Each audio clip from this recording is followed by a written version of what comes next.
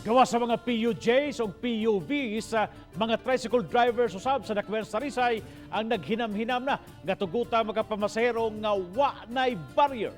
Ang report ni Fimari Dumabok. Sa terminal sa mga pampublikong sakyanan sa Tabunok, syudad sa Talisay, halos na ng mga PUJ may gaali pa nga mga plastic barrier nga mag-uwang sa mga pasahero. Naghinam-hinam na silang matangtang ang mga plastic barrier nga alang kanila sa gabal. Mas labing mayo siguro matangtang kay para dili kayo samok sa pasahero diyan kuha niya. Puro naman na baksinado ng mga tao karon.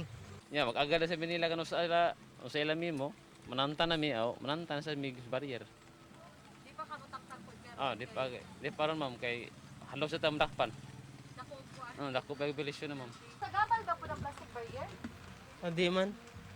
Pili. Okay na po ka. Okay. Pero ka na karon nga tagulon. Pwede rin sir. Naghinam-hinam na usab sila nga tugutan ang 70 ngadto sa 100% nga kapasidad sa mga pasahero.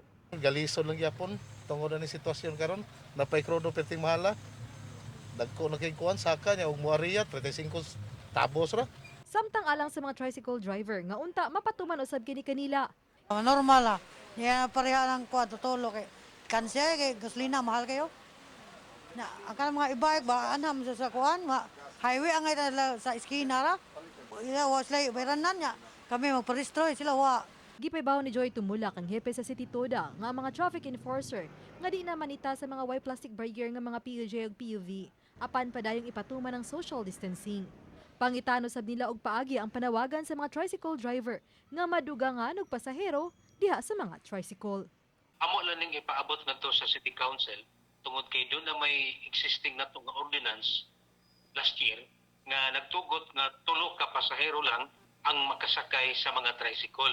Kung kana mo ilang panawagan sa atong mga tricycle, andam ta nga mo paabot ini council nga unta ilang usbon ang ordinansa. Uban ni Jun Sulon.